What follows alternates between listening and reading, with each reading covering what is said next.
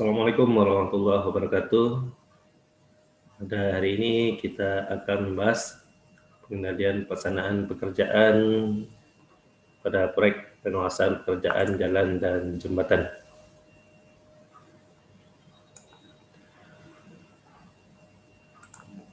Adapun bahasan kita pada hari ini yaitu apa aja pengertian dari pengendalian ini, kemudian apa saja yang harus kita kendalikan, kemudian show cost meeting atau SCM.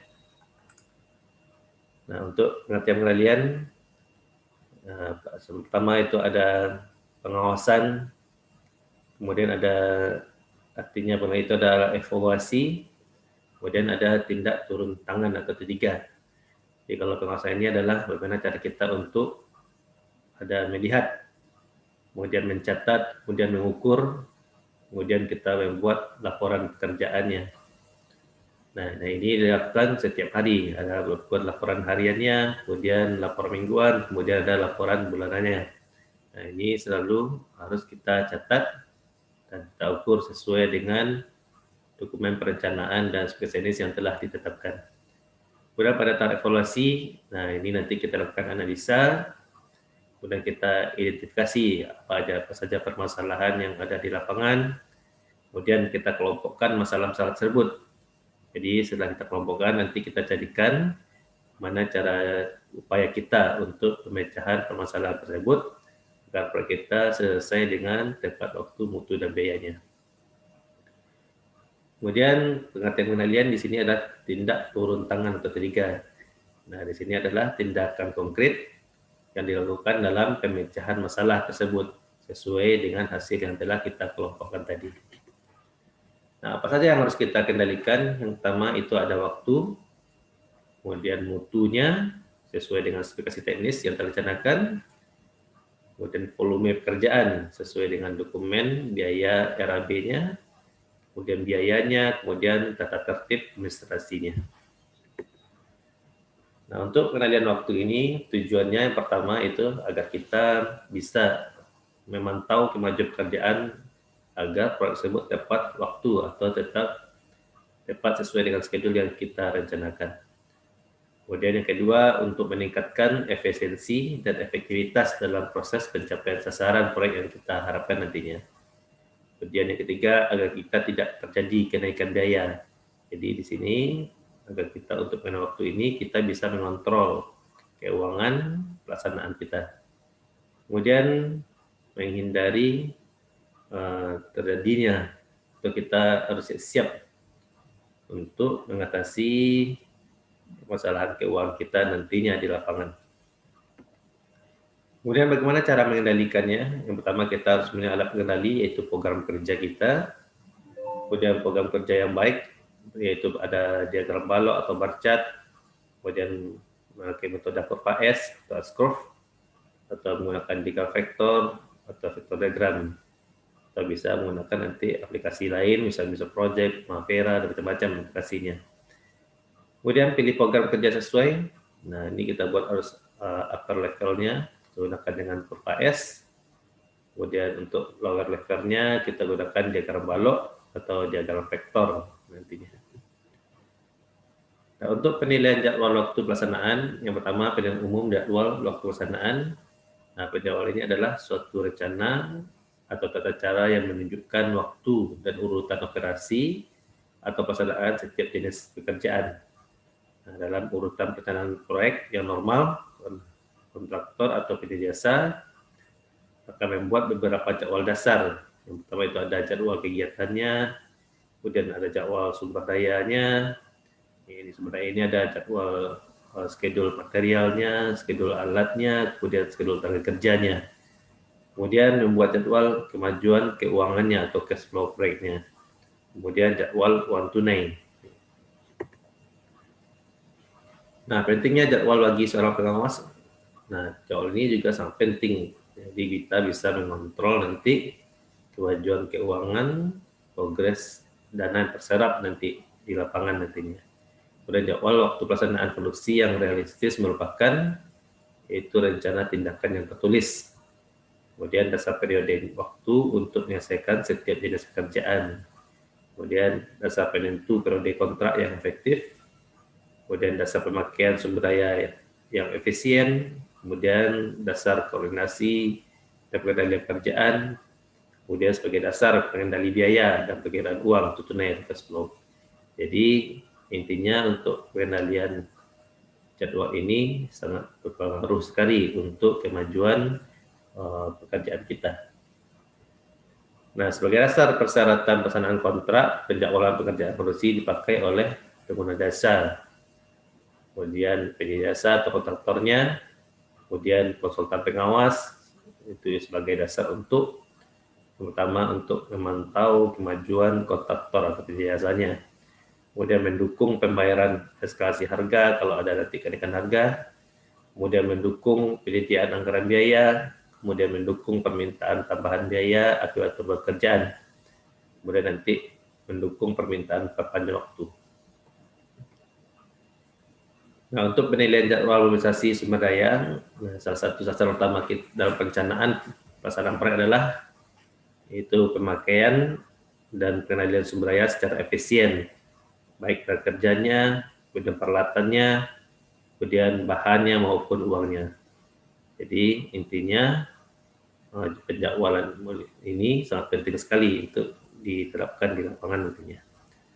Yang kedua, untuk mencapai keadaan ini, sumber daya harus diratakan, yaitu dengan menyeimbangkan antara ketersediaan sumber daya dengan kebutuhan yang ada.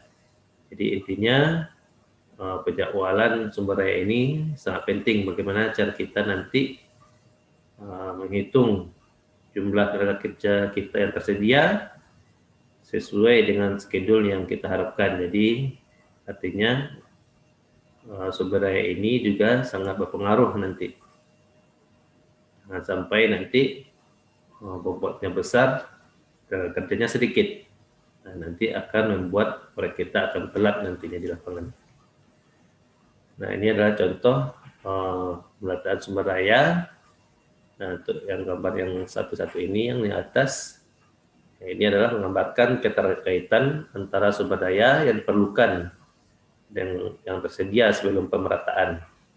Nah, kemudian gambar yang bawah ini adalah menggambarkan keterkaitan tingkat keperluan sumber daya dengan tingkat maksimum sumber daya yang tersedia. Nah, di sini kita lihat sumber dayanya maksimumnya 8.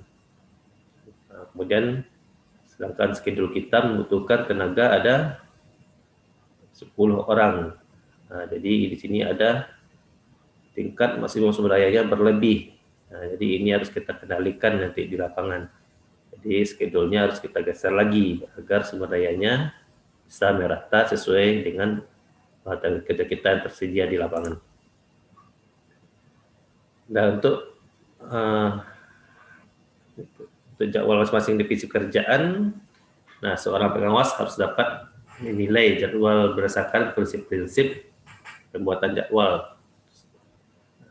Pertama itu apa yang harus kita kerjakan, kemudian kapan harus dikerjakan, kemudian bagaimana cara mengerjakannya, kemudian siapa yang harus mengerjakan, kemudian berapa biaya yang harus dikeluarkan. Nah, inilah nanti yang harus kita ketahui perencanaannya nanti di lapangan. Nah, bagaimana tata cara penilaian jadwal? Nah, yang pertama kita harus melakukan penelaahan jadwal atas dokumen kontrak kita. Kemudian kita lakukan penelitian lapangan secara rinci untuk menguji lokasinya, sumber dayanya, kemudian menentukan tingkat kesulitan pekerjaannya. Kemudian ketiga, kita melakukan pengkajian daftar kuantitas dan harga secara rinci. Kemudian keempat, kita lakukan kajian terhadap gambar kerja secara rinci. Kemudian kita uji spesifikasi teknisnya. Kemudian kita uji syarat-syarat umum kontrak. Kemudian analisa pekerjaan yang diperlukan untuk setiap kegiatan. Kemudian menentukan urutan pekerjaan. Kemudian menentukan biaya proyeknya. Nah, ini adalah cara penilaian jadwal nantinya. Kemudian apa saja langkah-langkah yang di atas kemudian kita tindak lanjuti dengan membuat analisa terhadap hal-hal sebagai berikut. Yaitu yang pertama, kita tentukan dulu waktunya. berapa sih waktu yang diperlukan untuk menyelesaikan setiap item pekerjaan atau setiap item kegiatan kita. Kemudian waktu yang diperlukan untuk menyelesaikan seluruh pekerjaan, jadi nanti kita tentukan total durasinya, berapa waktu yang dibutuhkan sampai proyek ini selesai dilaksanakan. Kemudian ketiga, kita urutan setiap kegiatannya. Jadi intinya kita buatkan network diagramnya. Apa saja pekerjaan yang harus dilakukan pendahulunya, kemudian apa saja pekerjaan yang akan dilakukan berikutnya. Kemudian yang keempat, kita buatkan metode kerjanya yang diperlukan untuk menyelesaikan setiap kegiatan. Kemudian yang kelima, kita hitung sumber dayanya, berapa sumber daya yang dibutuhkan untuk masing-masing kegiatan pekerjaan tersebut. Kemudian yang keenam, kita hitung resikonya. Nah, jadi intinya di sini resiko-resiko apa saja nanti yang akan terjadi di lapangan. Nah, ini harus kita perhitungkan juga nanti di lapangan. Karena resiko ini juga berpengaruh nanti terhadap biaya proyek di lapangan nantinya. Kemudian yang ketujuh, kita hitung biaya sebenarnya atau anggaran pelaksanaannya untuk menyelesaikan setiap kegiatan.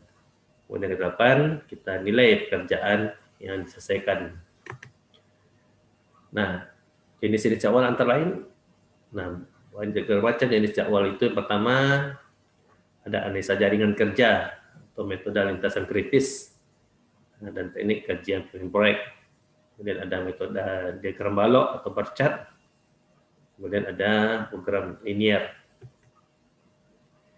Nah, untuk analisa jaringan kerja, umumnya dikenal sebagai diagram panah.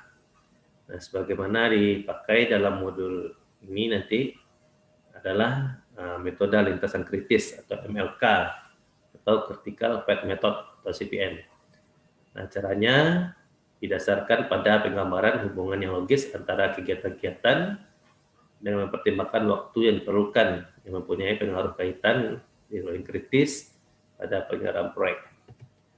Kemudian ada metode diagram balok atau bar chart. Nah, diagram balok ini sering juga disebut sebagai diagram time grid atau diagram Gantt. Jadi penemu diagram ini adalah namanya Gantt. Kemudian jenis jadwal ini paling umum. Nah, ini paling sering dipakai serta mudah dipahami untuk proyek konstruksi. Nah, keuntungan jenis jadwal tersebut adalah untuk memudahkan kita, yaitu mudah untuk digambarkan, mudah untuk dipahami, dan tidak memerlukan staf yang berpengalaman tinggi untuk mempelajarinya. Jadi metode Gantt ini sangat sering dipakai di lapangan. Nah, ada lagi program linear. Nah, program linear adalah diagram waktu terhadap lokasi yang menggambarkan lokasi pada sumbu datar dan waktu pada sumbu vertikalnya, seketiganya. Nah, dasar pemikirannya menggambarkan semua kegiatan yang mencerminkan kemajuan terhadap waktu dan lokasinya. Nah, keuntungan program linear ini adalah bagaimana kita untuk menggambarkan secara grafik kaitan antara kegiatan-kegiatan pekerjaan, lokasi kegiatan pekerjaannya, dengan waktu kapan kegiatan tersebut dikerjakan. Nah, penilaian jadwal kemajuan kerjaan dan keuangan dengan menggunakan kurva S. Nah, yang pertama, jadwal kemajuan keuangan, umumnya disebut kurva S. Nah, ini merupakan sarana yang paling bermanfaat untuk pemantauan dan penilaian kemajuan keuangan proyek nantinya di lapangan. Kemudian ketiga, perwujudan grafik kemajuan dalam bentuk kemajuan pekerjaan dan nilai pekerjaan yang telah diselesaikan dan dinyatakan dalam persentase jumlah nilai kontrak terhadap waktu pelaksanaan proyek. Nah, bila kurva S kemajuan pekerjaan dicapai ada di atas kurva S yang direncanakan, maka proyek itu cepat atau lebih awal majunya dari yang telah direncanakan. Nah, bila kurva S kemajuan pekerjaannya yang dicapai ada di bawah kurva S rencana, berarti proyek itu menghadapi keterlambatan nantinya. Nah, penggambaran kurva S rencana, ini adalah penjumlahan bobot kemajuan pekerjaan pada bulan yang bersangkutan atau minggu yang bersangkutan. Nah, ini cara menentukan koordinatnya. untuk lembaga KPS adalah yang pertama kita tentukan dulu koordinat 0%-nya sampai 100%-nya. Kemudian dengan melihat bobot kumulatif yang tertera pada bulan atau minggu yang bersangkutan. Nah, ini untuk mengembangkan KPS adalah dengan cara menggunakan ordinat dan absis. Nah, ordinat memberikan persentase kemudian pekerjaan dari 0% sampai 100%. Dan absis ini menggambarkan kumulatif kemajuan pekerjaannya setiap minggu atau setiap bulannya sampai berakhirnya proyek nanti. Nah, koordinat ini digambarkan nanti dengan persentase kemajuan pekerjaan pada tiap bulan atau tiap minggu yang bersangkutan. Kemudian titik-titik koordinat yang merupakan bobot kumulatif kemajuan pekerjaan rencana dari bulan 1 sampai bulan berikutnya atau minggu 1 sampai minggu berikutnya. Dan kelima, titik koordinat tersebut kemudian dihubungkan dengan yang lainnya sehingga tersebut membentukkan kurva S. Nah, jadi kurva S ini merupakan suatu kurva S rencana. Nah, ketujuh dengan cara yang sama, maka kurva S yang sebenarnya dapat pula digambar sehingga akan terlihat jelas kemajuan suatu proyek, apakah proyek itu terlambat atau tepat waktu atau lebih cepat dari yang direncanakan. Nah, ini adalah contoh kurva S pekerjaan jalan. Nah, di sini nanti ada uraian pekerjaannya, kemudian ada jumlah kontraknya, kemudian persentasenya, kemudian ini ada jadwalnya. Nah, bagaimana nanti kalau kurva S-nya ada revisi? Nah, selama proyek berjalan dengan memperhatikan kondisi yang ada di lapangan, sering terjadi jadwal pelaksanaan kerja tersebut harus direvisi. Nah, jadi prinsip utama dalam kurva S ini, yang pertama kurva S tersebut yang awalnya harus tetap dipertahankan. Jadi yang awalnya yang rencana ini tidak boleh kita rubah. Kemudian revisi jadwal tidak bertujuan untuk memperkecil deviasi. Kemudian revisi jadwal ini merupakan tanggal terjadinya perubahan nantinya. Nah, ini adalah contoh revisi jadwal akibat perpanjangan waktu. Ini adalah yang benarnya. Jadi yang lurus ini adalah rencananya. Kemudian yang putus ini karena proyeknya telat, nanti kita lakukan reschedule. Kita lakukan nanti ini ada selisih nanti reschedule ini dengan reschedule yang barunya. Ini adalah schedule yang benar. Nah, ini yang salahnya. Jadi kalau sini kita rencananya yang awal yang lurus, kemudian yang di bawah ini pelaksanaannya adalah telat. Nanti kita reschedule lagi ya. Ini adalah metode yang salah ini. Nah, ini juga salah. Jadi nggak boleh lagi dilanjutkan. Ini ada rencananya, kemudian proyeknya telat, kita reschedule lagi, kita lanjutkan. Nah, ini nggak boleh dia.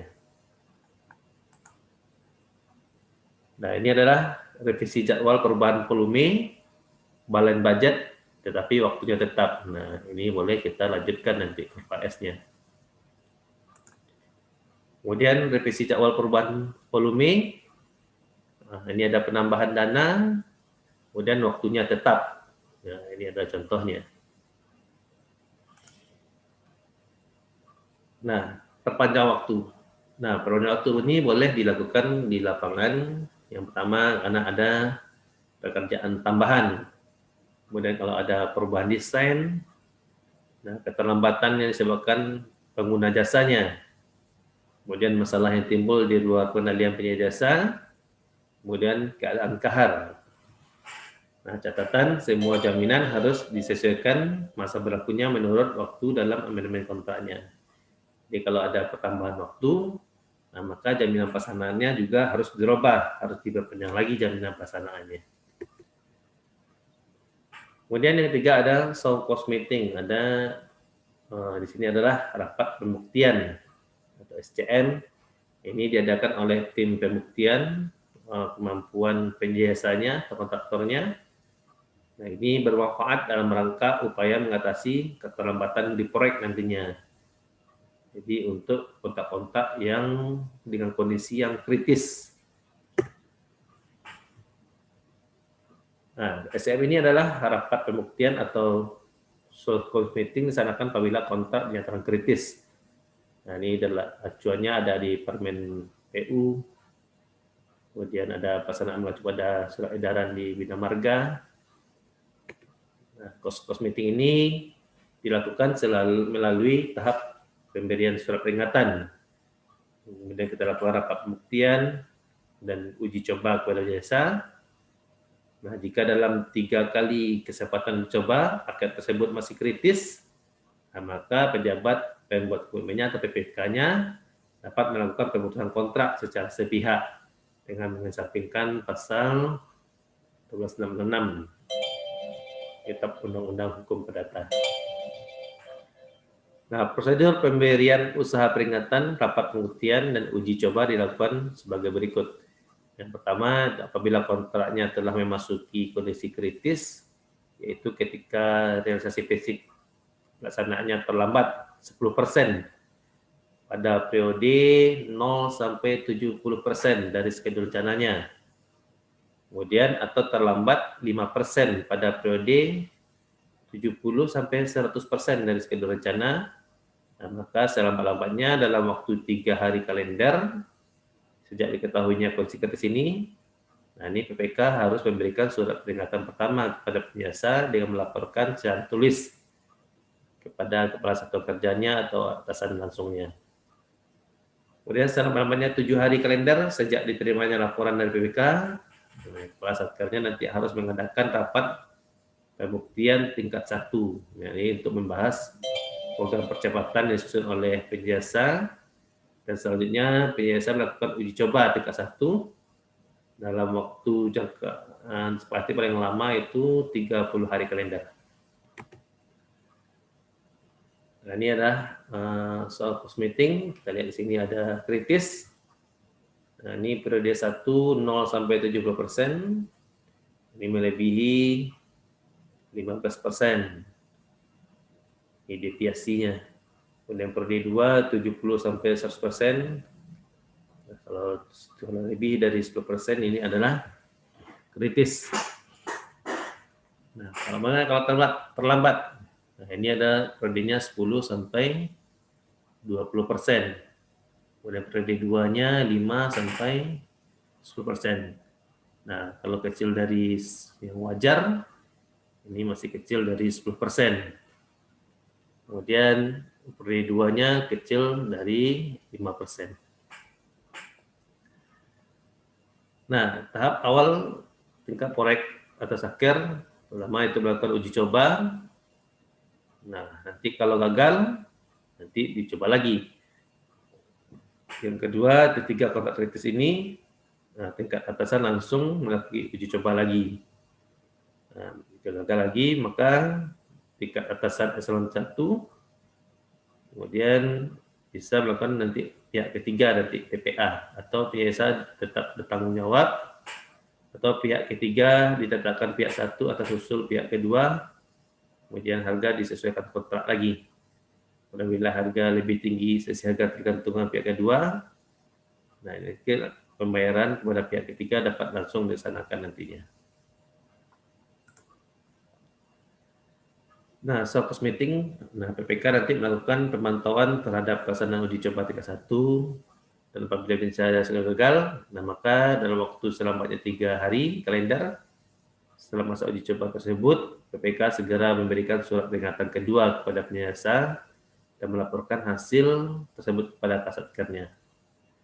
Kemudian selambat-lambatnya 3 hari kalender setelah menerima laporan dari PPK, kepala satker nanti mengusulkan kepada kepala balai besar atau balai pelaksanaan jalan nasional atau atasan langsungnya satkernya untuk mengadakan rapat pembuktian tingkat 2. Nah, kemudian selambat-lambatnya 7 hari kalender sejak diterimanya usulan dari kasatker, nah, kepala balai besar atau balai pelaksana jalan nasional, atasan langsungnya kasatker mengadakan rapat pembuktian tingkat 2 nantinya untuk membahas program percepatan yang disusun oleh penyedia jasa, dan selanjutnya penyedia jasa nanti melakukan uji coba tingkat 2 dalam waktu 30 hari paling lama. Kemudian PPK nanti melakukan pemantauan terhadap pelaksanaan uji coba tersebut, tingkat 2 tersebut. Nah, apabila penyedia gagal lagi, nah maka dalam waktu selambatnya 3 hari kalender Setelah masa uji coba terakhir, PPK segera memberikan surat peringatan ketiga kepada penyiasanya. Kemudian melaporkan kepada Kasatker dan Kepala Satker Balai Pelaksanaan Jalan Nasional atasan langsung kepada satuan kerjanya.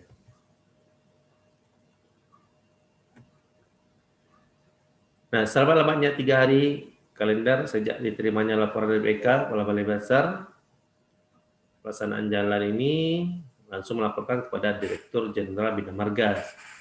Ini melalui pembantu atasan kepala satuan kerjanya. Kemudian yang H, selama lamanya 7 hari kalender sejak diterimanya usulan dari Kepala Balai Besar atau Balai Pelaksanaan Jalan Nasional atau atasan langsung ke Satkernya. Nah, pembantu atasan langsung ke Satker atas nama Direktur Jenderal Bina Marga nanti mengadakan rapat pembuktian tingkat 3. Nah, ini membahas program percepatan yang disusun oleh penyiasa. Dan selanjutnya nanti penyiasa melakukan uji coba tingkat 3. Nah, dalam jangka waktu yang disepakati, paling lama adalah 30 hari kalender. Nah, kemudian PPK nanti melakukan pemantauan terhadap pelaksanaan uji coba tingkat 2. Nah, nanti apabila penyiasa gagal lagi, maka dalam waktu sampai 3 hari. Nah, setelah masa uji coba berakhir, PPK dengan diketahui oleh Kepala Satkernya segera melaporkan kepada Dirjen Bina Marga melalui pembantu atasan Kasatker dengan tembusan kepada Kepala Balai Besar, atau Balai Pelaksanaan Jalan Nasional atau atasan langsung Kepala Satuan Kerja dan sekaligus nanti meminta pertimbangan untuk penyelesaian paket kritis. Kemudian selanjutnya nanti pembantu atasan Kasatker ini dia bertindak atas nama Dirjen Bina Marga memberikan pertimbangan penyelesaian paket kritis dalam waktu selamanya 14 hari. Nah, sejak menerima laporan dari PPK tentang hasil uji coba ketiga ini. Nah, nanti selama lamanya 7 hari lagi, nah, sejak menerima pertimbangan dari bantu atasan atau Satker atau atas nama Dirjen Bina Marga, nah, PPK harus memberikan keputusan kepada penyiasa. Nah, prosedur perusahaan kontrak dan menerapkan sanksi kepada penyiasa mengikuti aturan yang telah ditetapkan dalam dokumen kontrak nantinya. Nah, ini adalah tabel untuk pemutusan kontrak. Jadi di sini ada kesalahan kedua pihak. Ini kalau ada terbukti melakukan KKN. Nah, sanksi penyiasa nanti jaminan pelaksanaan di store ke kas negara, kemudian sisa uang mukanya dilunasi, kemudian pengenaan daftar hitam selama 2 tahun. Kemudian untuk sanksi pengguna jasanya, ini adalah ada PP 30 tahun 80. Kemudian ketentuan lain sesuai dengan peraturan perundang-undangan.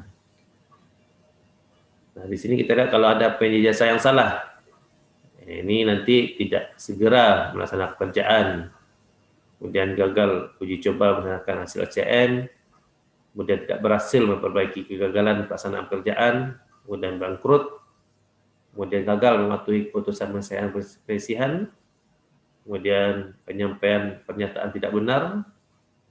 Nah, ini sanksinya dimasukkan ke dalam daftar hitam nantinya. Kemudian kalau kesalahan dari pengguna jasa, nah, pengguna jasa gagal memenuhi keputusan akhir penyelesaian pekerjaan perselisihan, nah, ini sanksinya nanti pengguna jasa harus membayar semua pengeluaran penyedia jasa nantinya. Yang kedua, mengenai mutu. Nah, ini tentu sesuai dengan persyaratan, sesuai dengan spek teknis yang telah direncanakan, yaitu spek teknis yang ditentukan dalam dokumen kontrak.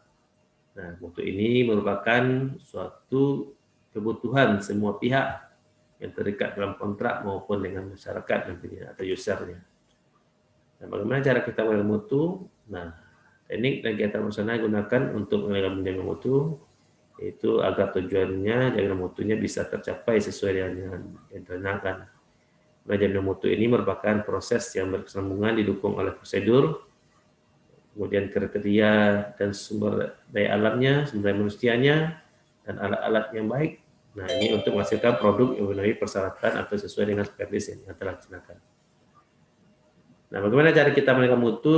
Nah, kegiatannya terjadi pertama kita lakukan inspeksi, kemudian kita lakukan pengujian. Nah, inspeksi ini adalah kegiatan yang memeriksa apakah prosedur, kriteria, manual, sumber daya yang dicantum dalam jaminan mutu dilaksanakan dengan benar atau dengan baik. Nah, untuk pengujian, ya ini adalah kegiatan memeriksa atau menganalisa komponen produk dan produk akhir yang secara kuantitatif kemudian memenuhi persyaratan mutu yang telah dijanjikan. Kemudian pengajian bahan baku, bagaimana tanahnya, pasirnya, batunya, kemudian semennya, kemudian aspalnya, apakah sesuai dengan spek.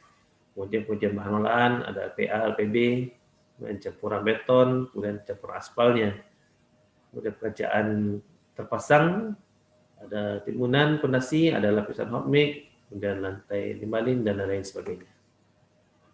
Nah, untuk pengadaan volume, nah ini harus ada nanti di lapangan, yaitu pengawasan kuantitas atau quantity surveyor-nya.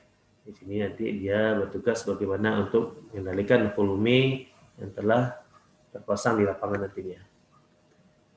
Nah, pengawas dari ini adalah volume pekerjaan sesuai dengan kontrak, kemudian melakukan pemeriksaan bersama sebelum pekerjaan dimulai, MC1, kemudian pengukuran bersama pada tahap pelaksanaan untuk menghitung prestasi pekerjaan atau termin, untuk penagihan terminnya.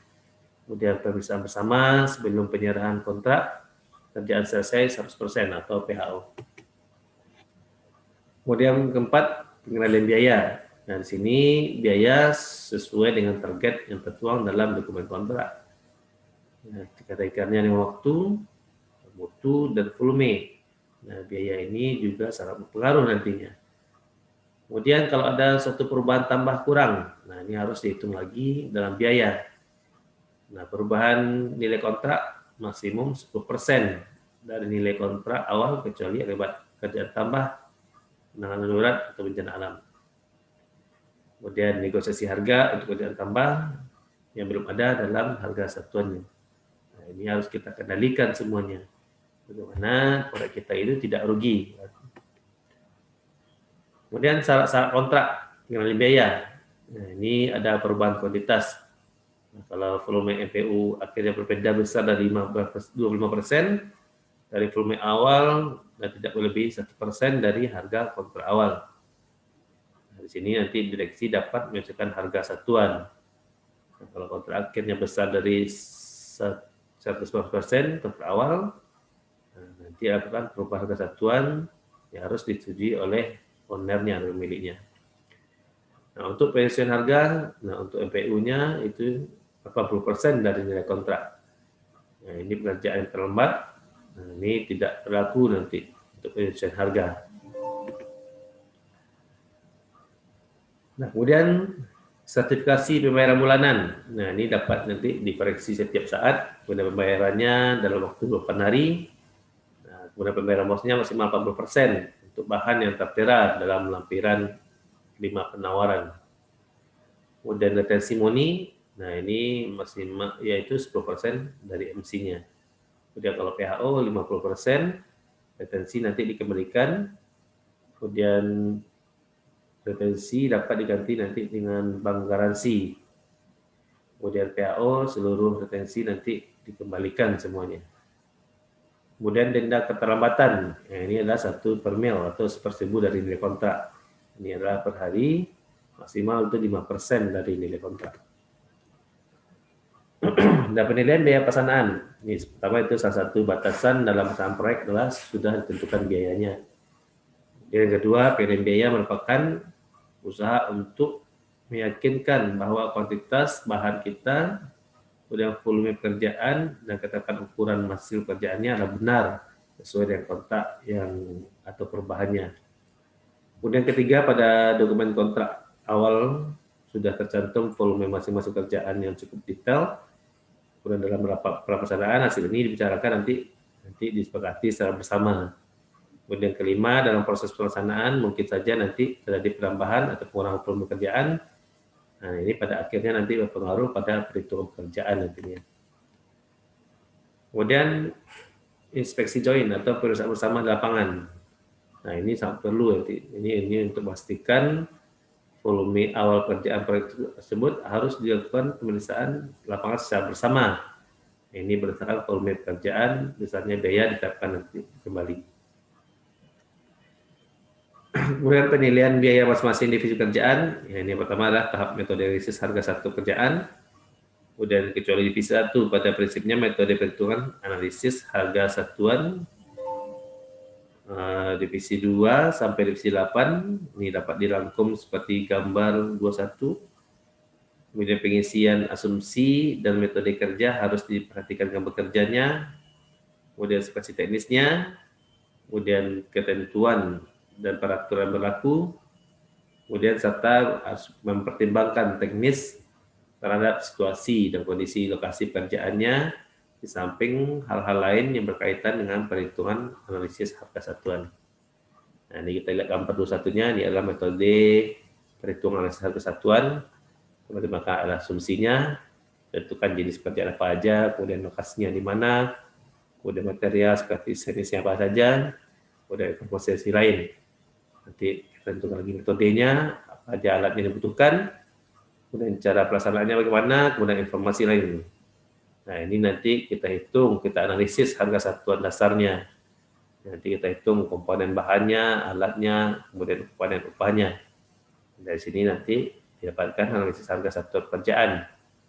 Dari analisis ini nanti didapatkan satuan pekerjaan HSP-nya, kemudian baru ditambahkan dengan overhead dan keuntungan proyeknya.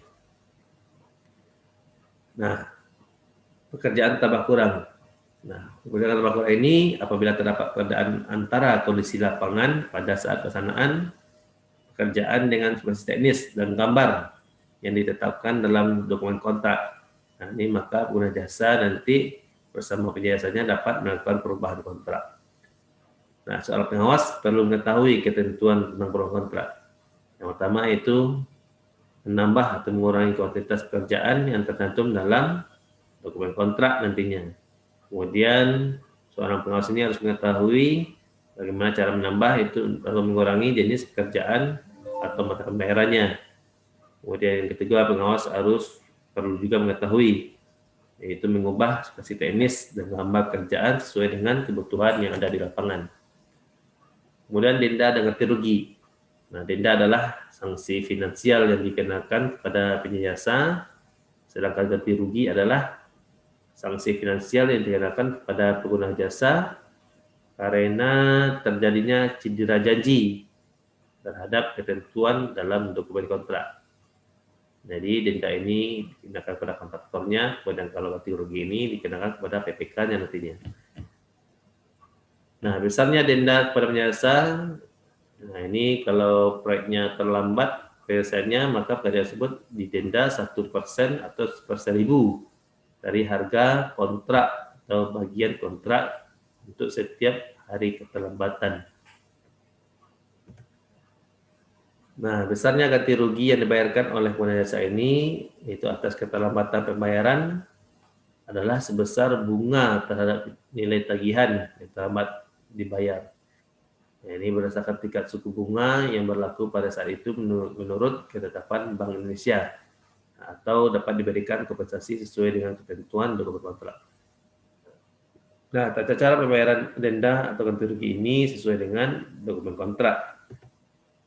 Untuk kompensasi, nah kompensasi dapat diberikan kepada penyedia jasa bila dapat dibuktikan itu merugikan nanti penyedia jasa. Nah, kalau penyedia jasanya belum bisa masuk ke lokasi pekerjaan, kemudian penyedia jasa tidak memberikan gambar atau hasil teknisnya atau instruksi sesuai jadwal yang ditetapkan, nah kemudian penyedia jasa memodifikasi atau mengubah jadwalnya, kemudian penyedia jasa terlambat atau melakukan pembayaran, kemudian penyedia jasa menginstruksikan untuk melakukan pengujian tambahan. Yang ketujuh, penyedia jasa menolak sub penyedia jasa tanpa alasan yang wajar. Nah, ini bisa menjadi kompensasi nantinya di lapangan. Kemudian pembuatan amandemen atau addendum kontrak. Nah, pengertian dan ketentuan perubahan kontrak atau kontrak change order atau CO.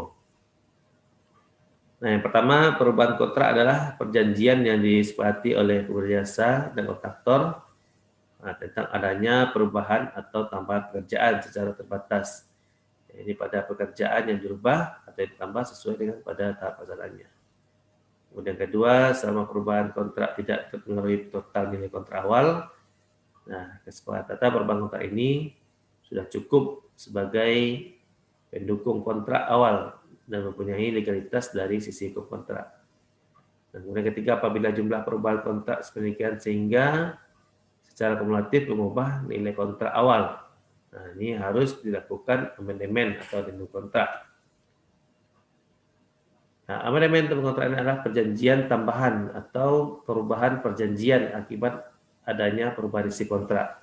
Nah, ini hal-hal bisa terjadi, yaitu ada pertama panjang efektif berubah, kemudian waktu pelaksanaan pekerjaan berubah, kemudian nilai kontraknya berubah, kemudian perubahan pada kontrak pekerjaan lebih besar dari 5%, kemudian adanya jenis pekerjaan baru yang tergolong mayor item. Nah, untuk proses pembuatan perubahan kontrak dan amendement kontrak ini, yaitu pertama dalam pembuatan perubahan kontrak prosedurnya harus melalui sebagai berikut. Yang pertama, kontraktor atau penjelasannya menunjuk secara tertulis wakil perusahaannya yang akan diberi kuasa. Nah, nanti Kasatker atau PPK menunjuk secara tertulis pejabat yang diberi kuasa. Nah, kemudian kontraktor harus membantu setiap pengajuan satu usulan dalam sum dan untuk setiap harga satuan. Nah, ini kita lihat kalau panjang efektif pekerjaan tetap, nah, ini CCO tetap. Kemudian kalau berubah, nah ini lakukan addendum. Nah, bagaimana kalau waktu pelaksanaan pekerjaannya? Kalau tetap, ini cukup CCO. Tapi kalau waktu pelaksanaannya berubah, nah ini dilakukan addendum nantinya di lapangan. Nah, kemudian nilai kontrak pekerjaan. Nah, kalau tetap ini cukup hanya dilakukan CCO saja. Nah, kalau nilai kontrak pekerjaannya berubah, nah ini harus dilakukan addendum. Kemudian perubahan kuantitas item pekerjaan. Nah, kalau kuantitasnya kecil dari 50%, nah ini cukup dilakukan CCO saja. Nah, kalau lebih dari 25%, ini harus dilakukan addendum. Kerjaan baru mayor item. Nah, kalau tidak ada, kalau yang baru juga tidak ada, ini cukup dilakukan CCO saja. Nah, kalau seandainya ada mayor item yang ada, nah ini harus dilakukan addendum nanti di lapangan. Selanjutnya yang kelima, penyelesaian perselisihan dan permasalahan kontrak. Nah, pertama pengertian dari ketentuan tentang perselisihan kontrak. Ini pertama adalah dalam melaksanakan kontrak tidak selalu berjalan sebagaimana mestinya karena adanya perbedaan pandangan, persepsi, kemudian interpretasi terhadap isi kontrak. Kemudian keadaan ini dapat berkembang jadi perbantahan atau dispute atau perselisihan atau konflik. Nah, apabila penjelasan nanti tidak berhasil mengolah konflik tersebut, nah ini dengan menyelesaikan yang baik, nah, hal ini akan menjadi sengketa hukum yang rumit nantinya. Untuk penghentian kontrak atau determination, nah hal-hal yang boleh menyebabkan penghentian kontrak antara lain timbulnya perang, kemudian adanya pemberontakan atau perang saudara sejauh kejadian tersebut berkaitan dengan Republik Indonesia. Kemudian adanya keributan atau kekacauan antara huru-hara. Kemudian bencana alam. Nah, untuk pemutusan kontrak, pemutusan kontrak ini diberlakukan apabila salah satu pihak, baik pengguna jasanya atau penyedia jasanya tidak memenuhi kewajiban dan tanggung jawab atau tidak janji terhadap ketentuan yang diatur dalam kontrak. Nah, ini adalah salah satu pihak nyatakan dalam lokasi terjadi. Nah, apabila yang bersangkutan yang pertama tidak melakukan apa yang dijanjikan dalam dilakukan, yang akan dilakukan. Kemudian melakukan apa yang diperjanjikan tapi tidak sebagaimana yang dijanjikan. Kemudian melakukan apa yang dijanjikan tapi terlambat. Kemudian melakukan sesuatu yang menurut perjanjian tidak boleh dilakukan. Nah, ini bisa menjadi sasaran untuk pemutusan kontrak. Kemudian kesepakatan tiga pihak. Nah, ini apabila kontraktor setelah melalui proses tes case-nya tetap tidak dapat menyelesaikan kerjaan sesuai dengan kontrak. Kemudian langkah pengamanan atau penyelamatan untuk suatu proses pekerjaan yang nilai lebih luas. Ini adalah melalui perusahaan 3 pihak atau three party agreement. Nah, kemudian yang ketiga melibatkan kontraktor lain sebagai penerus pelaksanaan kerjaan. Pertama, penundaan pekerjaan atau suspension. Berdasarkan pertimbangan khusus, Kepala Satker atau PK dapat menggunakan kewenangannya untuk memerintahkan kontraktor lain untuk menunda pelaksanaan pekerjaan atau sebagai pekerjaan yang dilakukan. Kemudian kedua, konsultan pengawas dalam hal ini harus membantu Kasatker atau PK dengan memberikan pedoman dan perintah kepada kontraktor atau penjasanya dalam melindungi dan jaga pekerjaan selama masa penundaan. Kemudian biaya-biaya dikeluarkan oleh kontraktor selama masa penundaan ini menjadi tanggung jawab di Kasatkernya. Kemudian arbitrase. Nah, dalam penyelesaian suatu perkara secara hukum, arbitrase ini adalah termasuk dalam perkara perdata. Ini berdasarkan Undang-Undang Nomor 30 Tahun 1999, yaitu tentang arbitrase dan alternatif penyelesaian sengketa. Melalui pengertian arbitrase adalah penyelesaian sengketa perdata di luar peradilan umum. Ini berdasarkan suatu perjanjian arbitrase secara tertulis antara para pihak yang bersengketa. Nah, arbitrase ini dilakukan dengan ketentuan sebagai berikut. Yang pertama, itu ada tata cara penyelesaian sengketa dilakukan berdasarkan ketentuan dalam peraturan perundangan yang mengatur penyelesaian sengketa melalui alternatif penyelesaian sengketa. Kemudian putusan arbitrase bersifat final dan mengikat. Arbitrase ini dapat dilakukan sebelum atau sudah pekerjaan selesai. Yang keempat, selama proses arbitrase masing-masing pihak terkait pada kewajiban sesuai dengan ketentuan kontrak. Kemudian kelima, pihak yang menang dapat meminta perlindungan keadilan dalam hal pihak yang kalah tidak melaksanakan keputusan arbitrase. Nah, keadaan kahar atau force majeure. Nah, ini yang dimaksud keadaan kahar adalah suatu keadaan yang di luar kehendak kita. Jadi di luar kehendak para pihak sehingga kewajiban yang ditentukan dalam dokumen kontrak menjadi tidak dapat terpenuhi. Nah, yang digolongkan dalam keadaan kahar adalah peperangan, kerusuhan, revolusi, kemudian bencana alam, banjir, gempa bumi, badai, gunung meletus, tanah longsor, wabah penyakit, dan letupan. Nah, ini merupakan bencana nasional atau nantinya. Kemudian pemogokan, kemudian ada kebakaran, kemudian gangguan industri lainnya. Nah, untuk klaim, nah ini klaim dapat berasal dari salah satu pihak yang terikat dalam kontrak, yaitu dari pengusaha kepada kontraktornya atau sebaliknya. Nah, selain itu dapat pula berasal dari pihak lain yang tidak terikat dalam kontrak seperti pemasok bahan, subpenyedia jasa, atau subkon atau masyarakat. Nah, klaim ini dapat dikategorikan sebagai berikut. Nah, dari pengguna jasa terhadap kontraktor. Nah, ini pertama pengurangan nilai kontrak, kemudian percepatan waktu pelaksanaan, kemudian kompensasi atas kelalaian. Nah, dari kontraktor terhadap pengguna jasa, ini juga bisa ada klaim, yaitu tambahan waktu pelaksanaan, tambahan kompensasi, kemudian tambahan konsesi atau pengurangan spesies teknis dan bahannya. Nah, rapat rutin ini sangat penting di lapangan. Yaitu rapat rutin ini merupakan bagian dari upaya pemantauan dan pengendalian proyek. Kemudian aspek-aspek objek yang dibahas dalam rapat rutin ini biasalah setiap masalah-masalah yang ditemukan di lapangan. Kemudian dengan demikian rapat rutin ini akan memberikan gambaran tentang kondisi pekerjaan sebenarnya. Itu terutama gambar kemajuan pekerjaannya, memberikan gambaran kemajuan, kemudian identifikasi persoalan atau permasalahan nantinya ini harus dibahas. Kemudian nanti dituangkan dalam laporan tertulis atau tuntutan rapatnya. Oke, terima kasih. Assalamualaikum warahmatullahi wabarakatuh.